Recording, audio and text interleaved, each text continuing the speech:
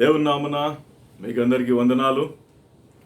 మరొక తరుణం మీ మధ్య ఉండడానికి దేవుడు సమయంను అనుగ్రహించినందుకు, ఈ భాగ్యంను దయచేసినందుకు దేవునికి స్తుతులు స్తోత్రాలు. ఈరోజు ఇంకొక అంశం గురించి మనము ధ్యానిద్దాం. ప్రేమైనటువంటి వారలారా, దేవుని మాటలు మనలను శుద్ధి చేసేటటువంటివి, దేవుని మాటలు మనలను చక్కగా చేసేటటువంటివి, దేవునికి ప్రీతికరంగా ఉండడానికి దేవుడు మాటలను మనకు దయచేసినాడు. ఈ మాటల ద్వారా మనము సిద్ధపడదాం. ప్రేమైనటువంటి దేవుని బిడ్డలారా, ఈరోజు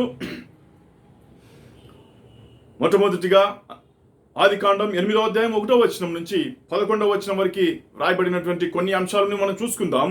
ఇక్కడ నోవాహు యొక్క జలప్రవాహం తర్వాత అరారతు కొండ మీద ఈ యొక్క ఆ ఓడ నిలబడినప్పుడు ఓడలో నుంచి 2 పక్షులను వదిలినారు నోవాహు.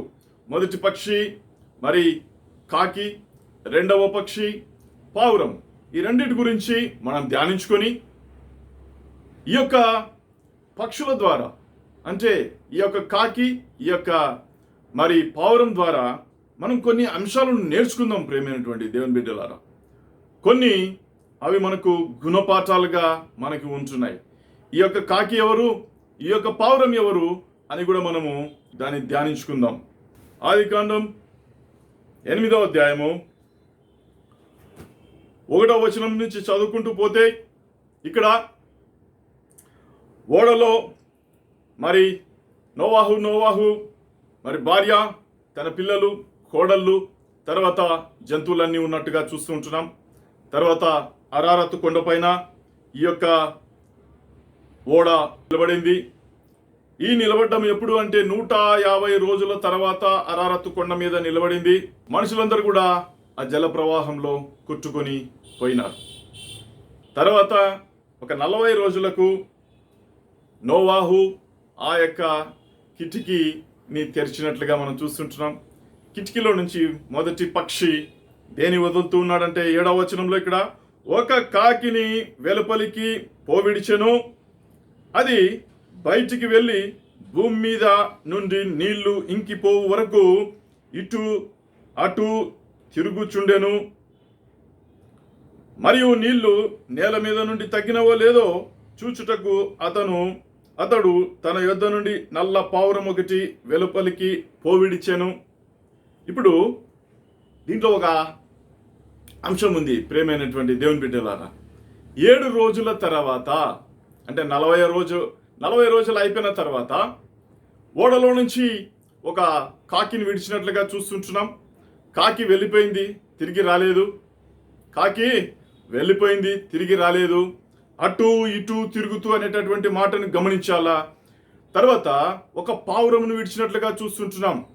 పావురం ఏం చేసింది? ఇక్కడ నీళ్లు భూమి అంతటి మీదనున్న అందున తన అరికాలు నిలుపటకు దానికి స్థలము దొరకలేదు కనుక ఓడలోనున్న అతని యొద్దకు తిరిగి వచ్చెను.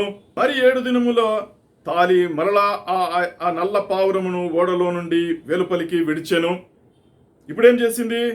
సాయంకాలమున అది అతని యొద్దకు వచ్చినప్పుడు త్రుంచబడిన ఒలీవ చెట్టు ఆకు దాని నోట నుండెను గనక నీళ్లు భూమి మీద నుండి తగ్గిపోయేనని నోవాహునకు తెలిసెను. మొట్టమొదటిగా కాకిని పావురమును వదిలినప్పుడు కాకి వెళ్ళిపోయింది, అది అటు ఇటు తిరుగుతూ అని వ్రాయబడింది. రెండవదిగా నల్ల పావురంను విడిచిపెట్టినప్పుడు దానికి అరికాలు నిలుపుటకు దానికి స్థలము దొరకలేదు కనుక. ఈ మాటను కూడా మనము కొంచెం గమనించవలసినటువంటి అవసరం ఉంది. ఈ మాటను గమనించవలసినటువంటి, పావురముకేమో అరికాలు మోపుటకు స్థలము దొరకలేదు, మరి కాకి వెళ్ళిపోయింది, మరి తిరిగి రాలేదు, అటు ఇటు తిరుగుతూ అని కదా. ఒక పక్షి బయటికి వెళ్ళిపోయిందంటే కదా ఎంతసేపు తిరుగుతుందండి? 1 గంట సేపు, 2 గంటలు, 3 గంటలు తిరిగినా ఒక చెట్టు మీద అయితే అది వాలి కూర్చోవలసిందే. కానీ ఈ కాకి ఇక్కడ రాయబడింది, మరి 7 రోజుల తర్వాత ఒలివ చెట్టు యొక్క మొల కనిపించింది అని అంటే 7 రోజులు అంతవరకు ఆరిపోలేదు నేల, అంతవరకు చెట్లు కనిపించలేదు, అంతవరకు ఆ యొక్క నీళ్లు ఇంకిపోలేదు అనేటటువంటి మాటను గమనించాలి. ప్రియమైనటువంటి వారలారా, 7 రోజులు ఈ కాకి ఏం చేసింది? 7 రోజులు ఈ కాకి ఏం చేస్తా ఉంది? అటు ఇటు తిరుగుతూ ఉందా?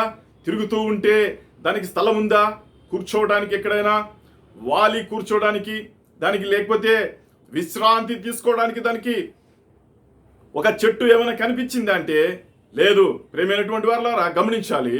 7 రోజుల తర్వాత ఒలివ చెట్టు కనిపించింది. ఈ ఒలివ చెట్టును ఇది ముక్కున ఖర్చుకొని తీసుకొని వచ్చినట్లుగా ఓడ దగ్గరికి చూస్తూ ఉంటున్నాం. అయితే ఈ కాకి ఏం చేస్తా ఉంది? కాకి ఎక్కడికి వెళ్ళిపోయింది? 7 రోజులు ఏం చేస్తా ఉంది? జల ప్రవాహములో కొట్టుకొని పోయినటువంటి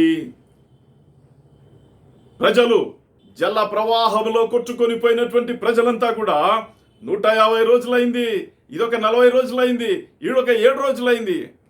ఏమైపోయినాయి? ఈ శవాలన్నీ కూడా మరి నీట పైన తేలుతూ కొట్టుకొని అక్కడక్కడ ఉండి ఉండొచ్చు.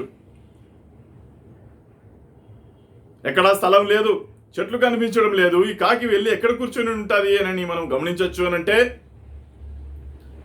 ఈ కాకికి ఉన్నటువంటి స్వభావం ఏది అనంటే, చిన్న చిన్న మాంసపు ముక్కలు, లేకపోతే చిన్న చిన్న పురుగులను, లేకపోతే ఏమైనా చిన్న చిన్న జంతువులను అది తినేటటువంటి పక్షి.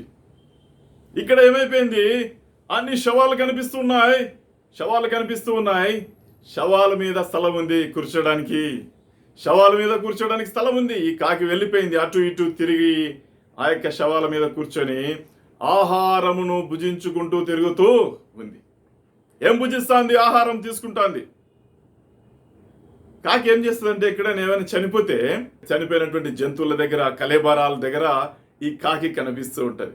కాకిని కూడా దేవుడే సృష్టించినాడు.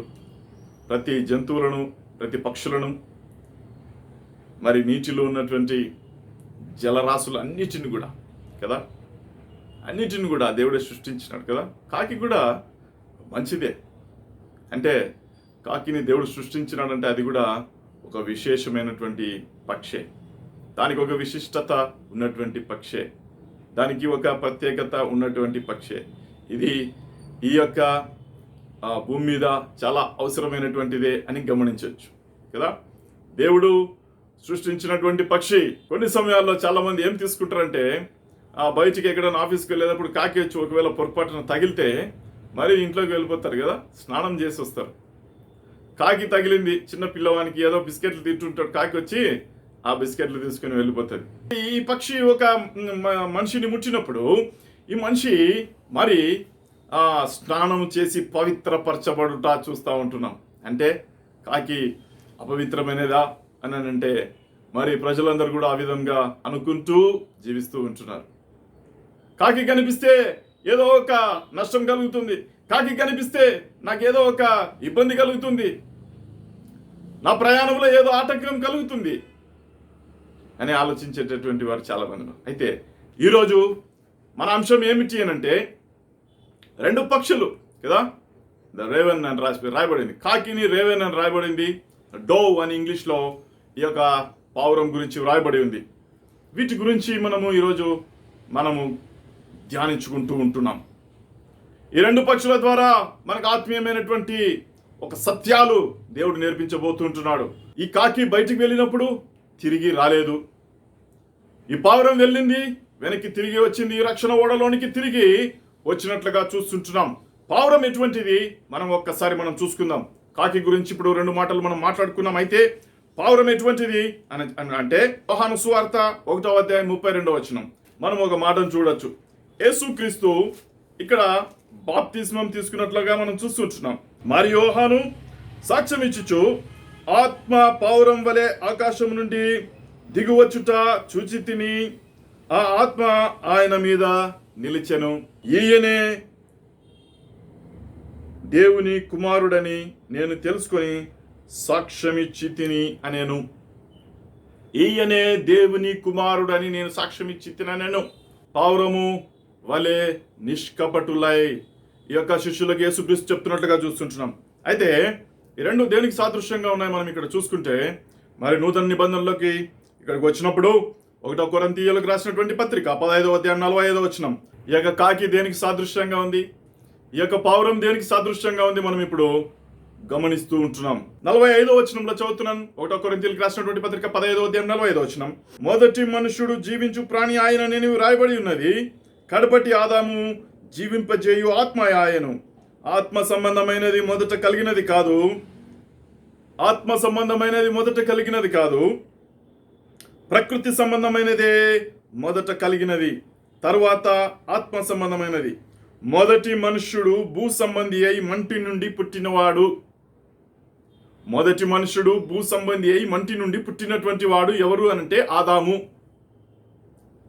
ఈ యొక్క ఆదాము దేనికి సాదృశ్యంగా ఉన్నాడు ఇక్కడ అనంటే, మనం చదువుకున్నటువంటి ఈ యొక్క ఈరోజు ధ్యానించబోయేటటువంటి ఈ యొక్క అంశంలో కాకికి సాదృశ్యంగా ఉంటున్నాడు. కాకి దేనికి సాదృశ్యంగా ఉందంటే ఈ ఆదాముకి సాదృశ్యంగా ఉంది. కాకికి సాదృశ్యంగా ఉంటున్నాడు. కాకి దేనికి సాదృశ్యంగా ఉందంటే ఈ ఆదాముకి సాదృశ్యంగా ఉంది. ఈ కాకి వెళ్ళిపోయింది, శరీర సంబంధమైనటువంటి ఆశలకు లోనైంది. 1 యోహాను 2వ అధ్యాయం 15వ వచనంలో రాయబడినట్లుగా శరీర సంబంధమైన ఈ లోక సంబంధమైనటువంటి ఆశలు, శరీర సంబంధమైనటువంటి ఆశ, నేత్రాశ, జీవపడంబము, ఈ రెండింటిని కలిగి ఇది ఎక్కడ ఉంది అనంటే ఆ యొక్క కళేబరాలను లేకపోతే ఆ యొక్క చనిపోయినటువంటి వారిని తింటూ తిరుగుతూ ఉన్నట్లుగా మనం చూస్తుంటున్నాం. తిరిగి రాలేదు ప్రియమైనటువంటి దేవుని బిడ్డ, ఆ రక్షణ ఓడలోనికి తిరిగి రాలేదు. ఆ ఆదాము ఏ విధంగా అయితే ఈ లోకంలో దేవుడు సృష్టించి ఆ యొక్క ఏదైనా వనంలో పెట్టినప్పుడు ఈ యొక్క మనుషుడు ఎటువంటి వాడనంట, మంటి నుండి పుట్టినటువంటి వాడు. కడపటి ఆదాము జీవింపజేయు ఆత్మ ఆయను. కడపటి ఆదాము, రెండవసారి వచ్చినటువంటి రెండవ మనుషుడు, రెండవ ఆదాము ఎవరు అనంటే ఈ పావురము సాదృశ్యంగా ఉంటూ ఉన్నాడు. యేసుక్రీస్తు ఈ పావురంకు సాదృశ్యంగా ఉంటున్నాడు. యోహాను సువార్త 1వ అధ్యాయం 32వ వచనంలో ఆత్మవలే పావురము ఆయన మీదికి దిగి వచ్చెను. ఈ పావురము పరిశుద్ధాత్మకు సాదృశ్యంగా ఉంటున్నది, యేసుక్రీస్తుకు సాదృశ్యంగా ఉంటున్నది, రెండవ ఆదాముకు సాదృశ్యంగా ఉంటున్నది. మొదటి ఆదాము ఎవరండి? ఈ కాకి వెళ్ళిపోయింది, తిరిగి రాలేదు. ఇది దేవుడు సృష్టించినప్పుడు ఈ ఆదాము చెడినటువంటి వాడై పాప సంబంధమైనటువంటి ఆ యొక్క ఫలమును తిని నష్టపోయినాడు కదా, తిరిగి ఆ పరలోక రాజ్యంలో చేరలేకపోయినాడు. ఈ ఆదాము అవ్వ మాట విని ఆ ఫలమును తినినట్లుగా మనం చూస్తుంటున్నాం. యాకోబు 1వ అధ్యాయము 14వ వచనం, ప్రతి వాడును తన స్వకీయమైనటువంటి దురాశ చేత ఈడ్వబడి మరలు కొల్పబడిన వాడై శోధింపబడును. దురాశ గర్భము ధరించి పాపమును కనగా పాపము పరిపక్వమై మరణమును కనును. ఈ మాటలన్నీ కూడా ఆదాములో కనిపిస్తూ ఉంటున్నాయి కదా. స్వకీయమైనటువంటి దురాశ కలిగిన ఇద్దరు ఆదాము అవ్వ కదా. మంచి జ్ఞానం వచ్చేస్తుంది, తెలివి వచ్చేస్తుంది, దేవుని అంతటి సమానమైనటువంటి వారం అయిపోతాం, దేవదూతల సమానమైనటువంటి వారం అయిపోతాం. ఈ యొక్క సర్పం చెప్పినటువంటి మాటలను వింటూ ఆ యొక్క ఫలముని తిన్నట్లుగా దురాశ చేత, దురాశ గర్భంని తీసుకొని వచ్చింది. దురాశ ఏమైపోయిందంటే అది పెరుగుతూ పెరుగుతూ పెరుగుతూ వస్తుంది కదా. దురాశ, ఆశ ఆశ ఆశ, ఇంకా కావాలా ఇంకా కావాలా ఇంకా కావాలా. ధనవంతుడు ఎంతో డబ్బులు ఉంటుంది కదా, అయితే కూడా ఇంకా డబ్బు కావాలా, దొంగతనాలు ఇంకా డబ్బు కావాలా, లంచాలు ఇంకా డబ్బు కావాలా, లేకపోతే ఇంకా బిల్డింగ్లు కావాలా, దానికి ఒక మోసం చేయటం. ఈ విధంగా దురాశ గర్భము ధరించి, గర్భం 9 నెలలు ఉంటే ఈ యొక్క దురాశ ఎప్పటికీ జీవితకాలం అంతా ఉంటుంది చాలా మందికి కదా. దురాశ ఆ గర్భము ధరించి పాపమును కనగా పాపము పరిపక్వమై మరణమును కనును. ఈ యొక్క మరణంలోనికి ప్రవేశించినటువంటి వాడే ఈ ఆదాము. ఈ ఆదాము మరి ఆ యొక్క ఏదైనా వనంలో పెట్టినప్పుడు చేసినటువంటి దుష్క్రియ ద్వారా, ఆ యొక్క పాపం ద్వారా ఏమైంది అనంటే, ఇక్కడ ఒక మాట రాయబడింది రోమిలకు రాసినటువంటి పత్రిక 5వ అధ్యాయము 12వ వచనం. దేవుడు ఇట్లుండగా ఒక మనుషుని ద్వారా పాపము ద్వారా మరణమును లోకములో ఎలాగ ప్రవేశించునో అలాగుననే మనుషులందరూ పాపం చేసినందున మరణము అందరికీ సంప్రాప్తమాయను. ఇట్లుండగా ఒక మనుషుని ద్వారా పాపము ఈ లోకంలోనికి ప్రవేశించింది, పాపం ద్వారా మరణం వచ్చింది. పాపం ప్రవేశించడానికి కారణమైనటువంటి ఈ ఆదాము కదా. ఈ కాకి బయటకు వచ్చింది, ఆ యొక్క శరీర సంబంధమైనటువంటి ఆశకు లోనైంది, నేత్రాశకు లోనైంది. అక్కడ ఉన్నటువంటి ఆ యొక్క శరీరాలను వాటిని వీటిని చూసి ఆశపడింది. ఆ ఓడలోనికి ప్రవేశించలేకపోయింది, ఆ రక్షణ ఓడలోనికి ప్రవేశించలేకపోయింది. ఆదాము అవ్వ నేత్రాశకు శరీరాశకు లోనై ఆడున్నటువంటి ఫలమును తిని వీరు కూడా నష్టపోయినట్లుగా చూస్తుంటున్నాం. ఈ రక్షణ ఓడలోనికి ప్రవేశించలేకపోయినారు, ఆ యొక్క పరలోక రాజ్యంలోనికి ప్రవేశించలేకపోతుంటున్నారు. వీరి ద్వారా లోకంలోనికి పాపము ప్రవేశించెను అని రాయబడింది. మనుషుని ద్వారా, ఒక మనుషుని ద్వారా పాపమును, పాపం ద్వారా మరణం. మనందరికి కూడా ఈ యొక్క పాపము సంప్రాప్తం అయ్యింది. రెండవదిగా మనం ఇంకొక మాటను చూసుకుందాం. ఇక్కడ మొదటి ఆదాము, కడపటి ఆదాము మనం చూసుకున్నాం. ఇక్కడ ఈ యొక్క కొరింథీయులకు రాసినటువంటి పత్రికలో మనము మరి ఒకసారి చదువుకుంటున్నాం. కడపటి ఆదాము జీవింపజేయు ఆత్మ. రెండవ ఆదాము పావురంకు సాదృశ్యమైనటువంటి వ్యక్తి. తర్వాత మొదటి మనుషుడు, ఇక్కడ రాయబడింది మొదటి మనుషుడు జీవించు ప్రాణి ఆయనని వ్రాయబడి ఉన్నది. జీవించు ప్రాణి అంతే, జస్ట్ లైక్ ఏ క్రియేచర్, లివింగ్ ఆర్గానిజం అని అంతే అనుకుందాం. అయితే కడపటి ఆదాము జీవింపజేయు ఆత్మయను, ఆత్మ సంబంధమైనది మొదట కలిగినది కాదు. ఆత్మ సంబంధమైనది మొదట కలిగినది కాదు. ఎప్పుడైతే ఈ యొక్క కాకి మరి ఆ కిటికీ గుండా బయటికి ప్రవేశించిందో లోకంలోనికి, ఇది ఆత్మ సంబంధమైనది కాదు. రెండవది ప్రకృతి సంబంధమైనదే. ఇది ప్రకృతి సంబంధమైనది. ప్రకృతి ఈ యొక్క లోకంకి సంబంధమైనది, లోక ఇచ్చలకు సంబంధమైనది, శరీర ఆశలకు సంబంధమైనది, లోక ఆశలకు సంబంధమైనది ఈ యొక్క కాకి, ఈ యొక్క ఆదాము. అయితే మొదటి మనుషుడు భూ సంబంధి అయి మంటి నుండి పుట్టెను. దేవుడు ఆదామును మంటి నుండి ఉద్భవింపజేసినాడు, మంటి నుండి నిర్మించినాడు, తయారు చేసినాడు. కాబట్టి రెండవ మనుషుడు పరలోకం నుండి వచ్చినవాడు. ఈ యొక్క పావురము యేసుక్రీస్తు మీద వాలినప్పుడు పరలోకము నుండి దిగి వచ్చింది కదా. ఆత్మ పావురం వలె దిగి వచ్చుట నేను చూసి తిని, యోహాను సాక్ష్యం ఇస్తూ ఉంటున్నాడు. పావురము నిష్కపటమైనది, పావురము ఆత్మ వలె దిగి వచ్చినది అంటే పవిత్రమైనది, పరిశుద్ధమైనది గమనించాం. కాకికి ఉన్నటువంటి కొన్ని లక్షణాల గురించి చూసుకొని వీటి ద్వారా మనము కొన్ని మాటలు మనము నేర్చుకుందాం. ప్రియమైనటువంటి వారలారా, కాకి ఒక ఆకారంలో చూస్తే ఇది చాలా నల్లగా కనిపిస్తూ ఉంటుంది. ఇది నలుపు. నలుపు దేనికి సాదృశ్యం అంటే చీకటికి సాదృశ్యం. చీకటి ఇంకా దేనికి సాదృశ్యం అంటే గ్రుడ్డితనముకు సాదృశ్యం. రెండవది, ఈ కాకి వంకర నడక ఉంటుంది. మీరు బాగా గమనించండి, పావురము నడిచేటటువంటి నడక, కాకి నడిచేటటువంటి నడక చాలా వ్యత్యాసం ఉంటుంది. కాకి ఇట్లా ఇట్లా ఒక విధంగా నడుస్తుంటుంది, అంటే దాని వంకర నడక. మూడవది, కాకికి ఉన్నటువంటి లక్షణం ఏది అని అంటే దుష్ట హృదయం, లేకపోతే కుయుక్తి గలది కదా. ఒక కథ కూడా ఉంది, మనం చూసుకుంటాం కదా చిన్నప్పుడు. నక్క కన్నా తెలివిగలదా అని అంటే కాకి ఏం చేస్తుంది, ఒక రొట్టెని తీసుకుని పోయి పైన పెట్టుకుంటే నక్క తెలివి ముందర కాకి తెలివి పనికిరాదు. పాట పాడు, మంచిగా పాట పాడతావు అంటే కాకి పాట పాడినప్పుడు నోట్లో నుంచి రొట్టె ముక్క పడిపోతుంది. కాకి గురించి చాలా చోట్ల చూస్తే కాకి గురించి కూడా చాలా తెలివైనటువంటిదిగా చిన్న చిన్న కథలన్నీ కూడా మనం చూస్తూ ఉంటాం. దీని క్యారెక్టర్ ఏమిటి అని అంటే వికెడ్ హార్ట్, దుష్ట హృదయం కలిగినటువంటిది, వికెడ్ హార్ట్. దీని స్వభావాల గురించి మనం చూసుకుంటున్నాం. నల్లనైనది, రెండవది వంకర నడక గలది, మూడవది దుష్ట హృదయం గలది. ఇక్కడ నలుపు దేనికి సాదృశ్యంగా ఉంది అని అంటే చీకటి సాదృశ్యంగా ఉంది. చీకటి మనం ఒక మాట త్వరగా చూసుకుందాం. ఎఫెసీయులకు రాసినటువంటి పత్రిక 5వ అధ్యాయము 8వ వచనం 9వ వచనం. మీరు పూర్వమందు చీకటి అయి ఉంటిరి, ఇప్పుడైతే ప్రభువు నందు వెలుగై ఉన్నారు. మనం ఎవరంటా ముందు చీకటి అయి ఉంటిమి, ఆదాం వలె జీవించి ఉంటిమి. మన పాపం అంతా కూడా ఇదే. ఆదాం చేసినటువంటి ఆ పాపం ద్వారా మనకు మరణము ప్రాప్తించింది. ఈ యొక్క మరణము మనలో ఉంటున్నది. కాబట్టి మనం ఎవరంట, మనము చీకటి అయి ఉంటిమి.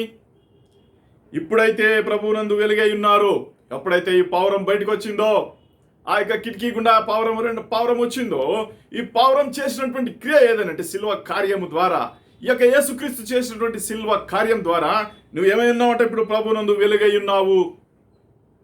నువ్వు ముందు ఎవరు? చీకటి అయి ఉంటివి, ఇప్పుడు ఎవరు? వెలుగై ఉన్నావు. కాబట్టి నీ జీవితము చీకటిమయమైనటువంటిది. అయితే ఇప్పుడు వెలుగుమయం కావాలనంటే నువ్వు యేసుక్రీస్తు నమ్ము, నీ నోటితో ఒప్పుకో. రోమీయులకు రాసినటువంటి పత్రిక 10వ అధ్యాయం 9వ వచనంలో లాగా, ఆయన మన కొరకు సిలువలో బలి ఆయనని నువ్వు నీ నోటితో ఒప్పుకొని ఎడల నీవు రక్షింపబడదు. యెషయా గ్రంథం 29వ అధ్యాయం 15వ వచనం, తమ ఆలోచనలు యెహోవాకు కనబడకుండా లోలోపల వాటిని మరుగు చేయు జూచు వారికి శ్రమ, లోలోపల చేయు వారికి శ్రమ. మమ్మును ఎవరు చూచెదరు, మా పని ఎవరికి తెలియను అనుకుని చీకటిలో తమ క్రియలు జరిగించు వారికి శ్రమ. కాకిలాంటి స్వభావం కలిగినటువంటి వ్యక్తి, ఓ పాపి, కాకిలాంటి స్వభావం కలిగినటువంటి ఓ మనుషుడా. ఇక్కడ పైన ఎంత బాగా రాయబడింది, ఆశ్చర్యంగా ఉంది. తమ ఆలోచనలు యెహోవాకు కనపడకుండా లోపల వాటిని మరుగు చేయు జూచు వారికి శ్రమ. ఎట్లా చేస్తావు? యెహోవాకు తెలియకుండా మరుగు చేయడానికి నీ చేతనవుతుందా? చేయలేవు కదా. రహస్యమైనది ఏదియు, మరుగు చేయబడినది ఏదియు ఆయనకు లేదు. ప్రతి ఒక్కటి తెలుసు. నీ ఆలోచనే ముందే తెలుసు, నీ కనుచూపు తెలుసు, నీ ఆలోచన తెలుసు, నీ నోటి మాట తెలుసు, నీ ప్రవర్తన తెలుసు, నీ నడక తెలుసు. దుష్ట ఆలోచనలు కలిగినటువంటి వారికి చీకటిలో తిరిగేటటువంటి ఆ యొక్క స్వభావం కలిగి ఉంటారు. చీకటి స్వభావము అంటే పాప సంబంధమైనటువంటి క్రియలు కలిగినటువంటి వారు చీకటి కలిగి ఉంటారు. ఎప్పుడైతే వాక్యం వారి హృదయంలో లేదో, ఎప్పుడైతే వారి హృదయంలో యేసుక్రీస్తు లేడో, వారి హృదయంలో ఏముంటది? చీకటి ఉంటుంది. ఎఫెసీయులకు రాసిన 5వ అధ్యాయం 8వ వచనంలో, మునుపు మనము చీకటి అయి ఉంటిమి. మన జీవితమే చీకటి, మనం తిరుగుతున్నటువంటి స్థలం చీకటి. ఇప్పుడైతే వెలుగై ఉన్నాము అంటున్నారు. అయితే ఇక్కడ మరుగు చేయబడినటువంటివి మరుగు చేయలేవు, కానీ నువ్వు అనుకుంటున్నావు నేను మరుగు చేయగలను, దేవునికి తెలియకుండా కొన్ని పనులు నేను చేస్తూ ఉన్నానని నువ్వు అనుకుంటున్నావు. నీ హృదయంలో ఆలోచిస్తుంటున్నావు. నువ్వు చేసేటటువంటి దేవునికి తెలిసినటువంటివి. లూకా సువార్త 11వ అధ్యాయం 34వ వచనం, నీ దేహమునకు దీపము నీ కన్నే గనక, నీ దేహమునకు దీపము నీ కన్నే గనక, నీ కన్ను తేటగానుంటే నీ దేహమంతా వెలుగుమై ఉండును, అది చెడినదైతే దేహమును చీకటిమయమై ఉండును. నీ కన్ను మంచిదైతే నీ దేహమంతా కూడా వెలుగుమయమై ఉంటుంది అని ఇక్కడ రాయబడి ఉంది. ఎప్పుడైతే నీ కన్ను చెడినదైతే, నీ నేత్రాశ మంచిది కాదో, దుష్ట ఆలోచన, దుష్ట చూపులు ఏవైతే ఉన్నాయో ఇవన్నీ కూడా నీ శరీరమునకు చీకటిని కలిగజేసేటటువంటివి. నువ్వు వెలుగుమయమై ఉండాలి అనంటే పావురం వలె నిష్కపటమైనటువంటి జీవితం కలిగి ఉండాలి. ఆత్మ సంబంధమైనటువంటి, ఆత్మీయమైనటువంటి సంబంధమైనటువంటి ఆ యొక్క ఫలములు నీ హృదయంలో ఉండాలి.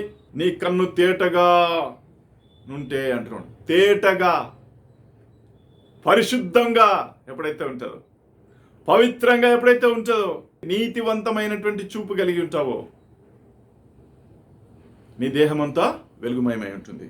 ఇంకొక మాటను మనం చూసుకుందాం. ఇక్కడ 1 యోహాను 1వ అధ్యాయం 5వ వచనంలో ఒక మాట ఉంది, మేము ఆయన వలన విని మీకు ప్రకటించు వర్తమానం ఏమనగా దేవుడు వెలుగై ఉన్నాడు. దేవుడు వెలుగై ఉన్నాడు. దేవుడు వెలుగై ఉన్నాడు. దేవుడు చీకటిలో సంచరించాడు కదా. దేవుడే వెలుగైనప్పుడు చీకటిలోనికి వచ్చినప్పుడు ఏమైతుంది అనంటే చీకటి అంతా కూడా వెలుగుమయమైపోతుంది. ఆయన యందు చీకటి ఎంత మాత్రమును లేదు, ఆయన యందు పాపము ఎంత మాత్రమును లేదు, అపవిత్రత ఎంత మాత్రమును లేదు. యేసుక్రీస్తు యొక్క స్వభావం కదా.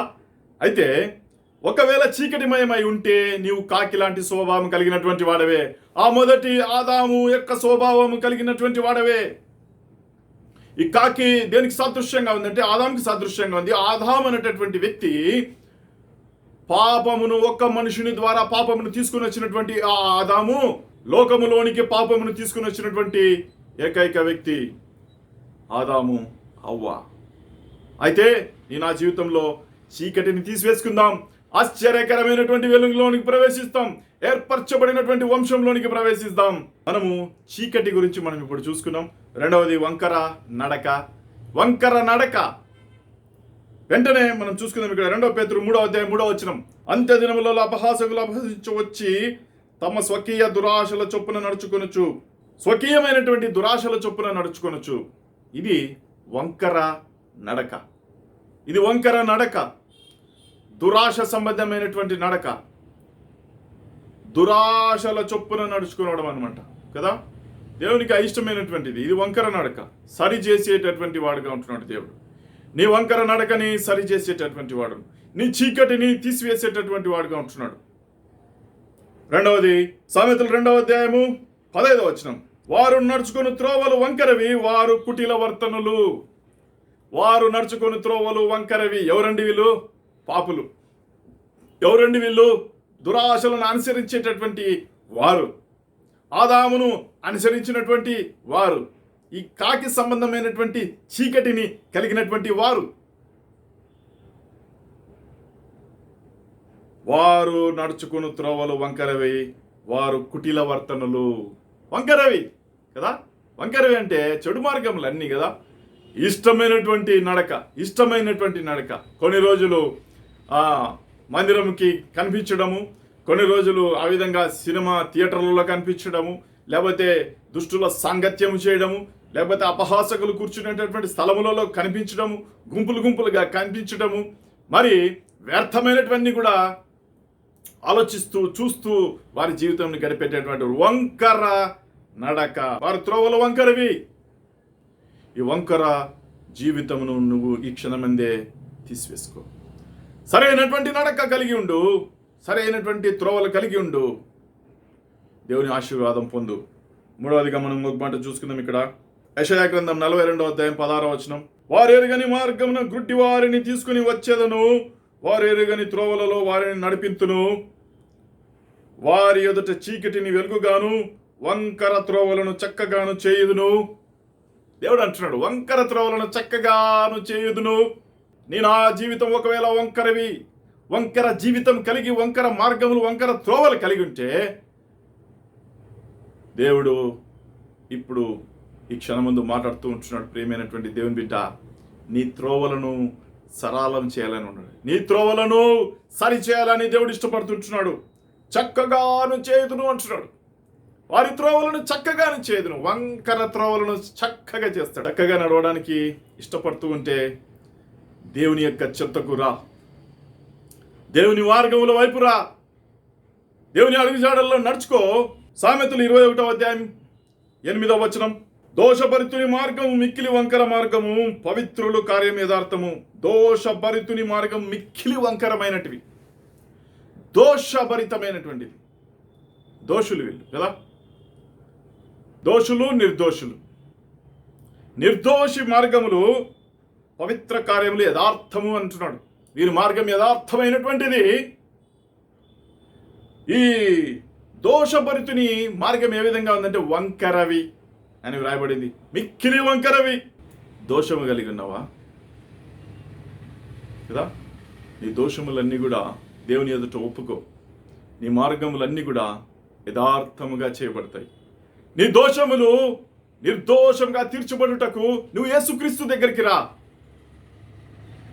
నువ్వు కాకి వలె ఉంటే, నువ్వు పావురం వలె, నువ్వు మారడానికి పావురం వలె సరైనటువంటి యథార్థమైనటువంటి ఆ యొక్క నడక, ఆ చక్కని నడక నడవబడాలి అని అంటే నువ్వు యేసుక్రీస్తు వైపు రా.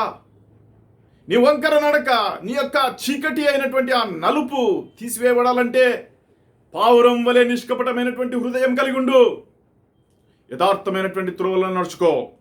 ఇది దేవుని మాటలు. ఇంకొక మాటను మనం చూసుకుందాం ఇక్కడ. ఇప్పుడు వికెట్ హార్ట్ అంటున్నాం కదా, దుష్ట హృదయము. కాకి కలిగినటువంటి మూడవ దుష్ట హృదయం. ఇర్మియా గ్రంథం 17:9 ఏం రాయబడింది అంటే, ఇర్మియా గ్రంథం 17:9 హృదయము అన్నింటికంటే మోసకరమైనది, అది ఘోరమైనటువంటి వ్యాధి కలది, దానిని గ్రహింపగలవాడేవాడు అంటున్నాడు. ఇర్మియా గ్రంథంలో ఈ విధంగా రాయబడింది. హృదయము మోసకరమైనది, ఘోరమైనటువంటి వ్యాధి కలది, దుష్ట హృదయం కలది, చెడు హృదయం కలది. దీని నిండా పాపము, అపవిత్రత, దీని నిండా దోషభరితమైనటువంటి జీవితము. ఆదికాండము 6వ అధ్యాయము 5వ వచనం. నరులు చెడుతనము భూమి మీద గొప్పదనియు, వారి హృదయం యొక్క తలంపులలోని ఊహ అంతయు ఎల్లప్పుడూ కేవలము చెడ్డదనియు యెహోవా చూచి జల ప్రళయమును దేవుడు రప్పించినట్లుగా చూస్తుంటాడు. నరుల చెడుతనం భూమి మీద గొప్పదనియు, చెడుతనమే గొప్పగా అయిపోయింది. వారి హృదయం యొక్క తలంపులలోని ఊహంత ఎల్లప్పుడు కేవలం చెడ్డదనియు యెహోవా చూచి, దేవుడు చూచి ఉంటున్నాడు. నరుల హృదయం చెడ్డదని చూచి ఉంటున్నాడు. కాకి లాంటి స్వభావం కలిగినటువంటి యొక్క హృదయం కదా, చెడ్డదనియు, చెడ్డ హృదయం కలిగినటువంటి, కేవలం చెడ్డదనియు యెహోవా చూచి అంటున్నాడు. రెండవదిగా ఇంకొక మాటను మనం చూసుకుందాం. ఇక్కడ ఇర్మియా గ్రంథం 4వ అధ్యాయం 14వ వచనం. యెరూషలేమా, నీవు రక్షింపబడినట్లు నీ హృదయంలో నుండి చెడుతనము కడిగి వేసుకునుము, ఎన్నాళ్ళ వరకు నీ దుష్టాభిప్రాయములు నీకు కలిగి ఉండును. యెరూషలేమా, నీవు రక్షింపబడినట్లు నీ హృదయంలో నుండి చెడుతనమును కడిగి వేసుకునుము. యెరూషలేమా, ఓ ప్రియమైనటువంటి సహోదరి సహోదరుడా, నీవు రక్షింపబడినట్లు నీ హృదయం నుండి చెడుతనమును కడిగి వేసుకో. దేవుడు మాట్లాడుతూ ఉంటున్నాడు. ఎన్నాళ్ళ వరకు నీ దుష్టాభిప్రాయములు నీకు కలిగి ఉండును. ఈ దుష్టాభిప్రాయములు, నీ ఆలోచనలు ఎన్నాళ్ళ వరకు కలిగి ఉందువు? ఎన్నాళ్ళ వరకు ఈ పాప జీవితంలో జీవించుతూ ఉంటావు, జీవించదవు? పావురం వలె మారడానికి నీవు ఇష్టపడు. ఆ యేసుక్రీస్తు స్వభావం కలిగి ఉండు. యేసుక్రీస్తును అంగీకరించు, ఆ మార్గంను అంగీకరించు. కాకి రంగు నలుపు, కాకి నడక వంకరది, కాకి దుష్ట బుద్ధి కలిగినటువంటిది. ఇంకో మాటను చూసుకుందాం. హెబ్రీయులకు రాసినటువంటి పత్రిక 3వ అధ్యాయం 12వ వచనంలో, సహోదరుల రాజ్యం గల దేవుని విడిచిపోవునట్టి విశ్వాసం లేని దుష్ట హృదయం మీలో ఎవని యందైనను ఒకవేళ ఉండునేమో అని జాగ్రత్తగా చూసుకొనడి. జీవము గల దేవుని విడిచిపోవునట్టి విశ్వాసం లేని దుష్ట హృదయం మీలో ఎవని యందైనను ఒకవేళ ఉన్నదేమో అని జాగ్రత్తగా చూసుకునడి. దుష్ట హృదయం ఉందా? చూసుకో.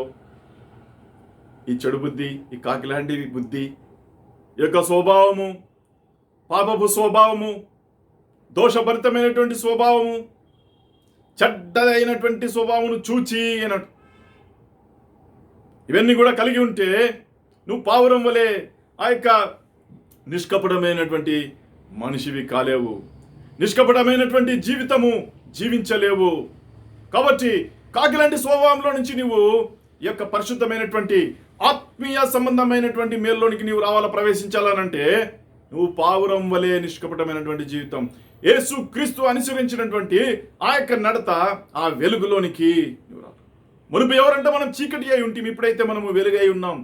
ఎఫ్సీలకు రాసినటువంటి పత్రిక 5వ అధ్యాయం 8వ వచనం 9వ వచనం చూసుకోవాలా. ప్రేమైనటువంటి దేవుని బిడ్డ, ఈ యొక్క దినము దేవుడు మనతో మాట్లాడుతూ ఉంటున్నాడు. మన హృదయంలో ఒకవేళ దుష్టమైనటువంటి హృదయము కదా, చీకటి సంబంధమైనటువంటి ఆ యొక్క హృదయము, లేకపోతే వంకర మార్గములు మన జీవితంలో కలిగి ఉంటే, కాకి లాంటి స్వభావములు కలిగి ఉంటే కదా, రక్షణ ఓడలోనికి ప్రవేశించలేనటువంటి ఒక దుర్బుద్ధి కలిగి ఉంటే, రక్షణ ఓడలోనికి ప్రవేశించలేనటువంటి ఒక అయోగ్యమైనటువంటి జీవితము, రక్షణ ఓడలోనికి ప్రవేశించలేనటువంటి ఆ యొక్క తిరుగులాడే జీవితం కదా, బయట తిరుగుతుంది, శరీర సంబంధమైనటువంటి విషయాల వైపు, లోక సంబంధమైనటువంటి విషయాల వైపు తిరుగుతూ అది సమయం గడుపుతూ ఉంది. ఇక్కడ పావురం అయితే ఒలివ మొక్కను తీసుకుని వచ్చినట్టుగా మనం చూస్తుంటాం. ఓడలోనికి, రక్షణ ఓడలోనికి ప్రవేశించింది, కాకి రాలేకపోయింది. ఈ కాకి మొదటి ఆదాముకు సాదృశ్యంగా ఉంటున్నాడు. 1 కొరింథీయులకు రాసినటువంటి పత్రిక 15వ అధ్యాయం 45వ వచనంలో రాయబడి ఉంది, మొదటి ఆదాము మంటి నుండి పుట్టినటువంటి వాడు. ఇది ఆత్మ సంబంధమైనటువంటిది కాదు, భూ సంబంధమైనటువంటిది అని వ్రాయబడి. భూ సంబంధమైనటువంటిది, పర సంబంధమైనటువంటిది ఏది అంటే రెండవ ఆదాము యొక్క పావురం వలె ఆత్మ సంబంధమైనటువంటి వ్యక్తి ఇక్కడ వచ్చి ఉంటున్నాడు. ఒలీవ మొక్కను తీసుకొని శాంతి సమాధానములు మనకు ఇవ్వడానికి ఆ యొక్క శిలువ కార్యమును జరిపించి, శిలువలో బలి అయి నీ నా జీవితంలో ఉన్నటువంటి ఈ యొక్క చీకటిని తీసివేయడానికి, నీ నా హృదయంలో ఉన్నటువంటి ఆ యొక్క వంకర త్రోవలను తీసివేయడానికి, నీ నా హృదయంలో ఉన్నటువంటి ఆ యొక్క చెడ్డ హృదయము, దుష్ట హృదయమును తీసివేయడానికి శిలువలో బలి అయి నీ యొక్క మార్గమును సరిచేస్తూ సరైనటువంటి మార్గంలో నిన్ను పెట్టడానికి, నీ సరైనటువంటి యథార్థమైనటువంటి త్రోవలో నిన్ను ఉంచడానికి దేవుడు ఇష్టపడుతూ ఉంటున్నాడు. ప్రేమైనటువంటి దేవుని బిడ్డ, అందుకని ఇక్కడ రాయబడింది ఒకటే ఒక మాట. ఇర్మీయా గ్రంథం 4:14 వచనంలో మనం చూసుకున్నట్లుగా ఇంకొకసారి మనం చూసుకుందాం ఇక్కడ కదా. యెరూషలేమా, నీవు రక్షింపబడిన నీ హృదయంలో నుండి చెడుతనమును కడిగి వేసుకునము. ఇది సువార్త. నీ చెడుతనమును కడిగి వేసుకో. చీకటి సంబంధమైనటువంటివి ఏవైనా నీ హృదయంలో కలిగి ఉంటే కడిగి వేసుకో. వంకర మార్గంలో నీ జీవితంలో కలిగి ఉంటే కడిగి వేసుకో. దుష్ట బుద్ధి, చెడు బుద్ధి, దుర్బుద్ధి నీ హృదయంలో కలిగి ఉంటే కడిగి వేసుకో. ఎందుకు? రక్షింపబడినట్లు నీ హృదయంలో నుండి చెడుతనమును కడిగి వేసుకో. ఎన్నాళ్ళ వరకు నీ దుష్టాభిప్రాయంలో నీకు కలిగి ఎంతవరకు ఉంటావు? అందుకని ఎఫెసీయులకు రాసినటువంటి పత్రిక 5వ అధ్యాయం 15వ వచనంలో సమయమును పోనీయక సద్వినియోగపరచుకొనుచు అజ్ఞానుల వలె కాక జ్ఞానుల వలె నడుచుకొనుచు రాయబడి. జ్ఞానంతో ప్రవర్తిస్తాం, జ్ఞానం కలిగి ఉందాం. ఈ యొక్క కాకి లాంటి స్వభావమును తీసివేసుకుందాం. పావురం వలె నిష్కపటమైనటువంటి జీవితం జీవిస్తూ ఆ యేసుక్రీస్తు యొక్క శిలువ రక్తం క్రిందికి మనమందరం కూడా వస్తాం. మనలో ఉన్నటువంటి యొక్క చీకటి సంబంధమైనటువంటి పాపము, వంకర త్రోవల్లో నడిచేటటువంటి పాపము, ఈ యొక్క దుష్ట హృదయము, చెడుతనము కలిగినటువంటి హృదయం తీసివేసుకుందాం. దేవుని వైపు చూస్తాం. మొదటి ఆదాము కాకికి సాదృశ్యంగా ఉంటున్నాడు. రెండవ ఆదాము యేసుక్రీస్తు సాదృశ్యంగా ఉంటున్నాడు.